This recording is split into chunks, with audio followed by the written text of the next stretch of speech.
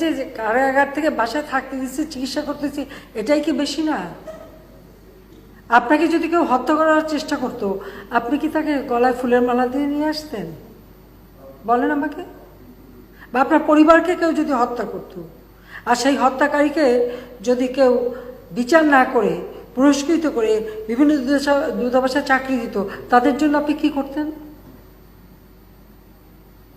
আমি থাকতে হত্যাকারীকে 15ই ফেব্রুয়ারি 96 সালের ইলেকশনে ভোট দিয়ে পার্লামেন্টে বসানো, যেখানে আমি বিরোধী দলের নেতা ছিলাম, সেখানে বসানো হলো কর্নেল রশিদকে। কে করেছিল? খালেদা জিয়া। খায়রুজ্জামান আসামি, তার মামলার রায় হবে, চাকরি নাই। খালেদা জিয়া ক্ষমতায় এসে সে আসামিকে চাকরি দিল ফরেন মিনিস্ট্রিতে, অ্যাম্বাসেডর করে পাঠালো। পাশা একজন খুনি মারা গেছে, মৃত ব্যক্তিকে ক্ষমতা এসে প্রমোশন দিয়ে, সে সেনাবাহিনীর অফিসার ছিল, প্রমোশন দিয়ে তার সমস্ত অবসর ভাতাটা সব দিয়ে দিল।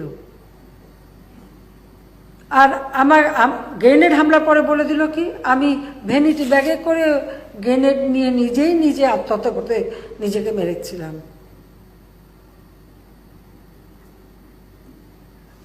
কোটালীপাড়া বোমা যখন পোতে, তার আগে তার বক্তৃতা কি ছিল? শেখ হাসিনা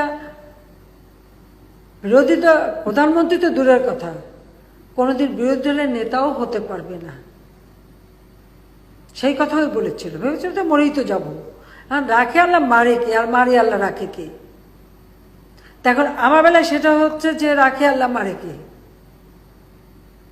তো সেখানে তারপরেও আবার খালেদা জিয়ার জন্য এত দয়া দেখাতে আমাকে বলেন, আপনাদের তো কেউ এই প্রশ্ন করলে আমার মনে হয় আপনাদের একটু লজ্জা হওয়া উচিত এই ধরনের কথা আমাকে বলার, যারা আমার বাপ মা ভাই আমার ছোট রাসেলকে পর্যন্ত হত্যা করিয়েছে। তারপরেও আমরা অমানুষ না দেখেই তাকে আমরা অন্তত তার বাসায় থাকার ব্যবস্থাটুকু, আমার এক্সিকিউটিভ অথরিটি আমার হাতে যতটুকু আছে আমি সেটুকু দিয়ে তাকে বাসায় থাকার চিকিৎসার ব্যবস্থা করে দিয়েছি। বাকিটা আইনগত ব্যাপার। তারপর দুর্নীতি করে করে এই দেশটাকে একেবারে ধ্বংসের দিকে নিয়ে গেছে।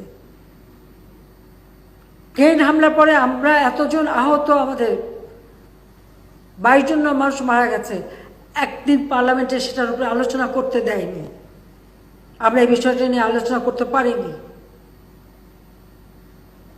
এত বড় অমানবিক যে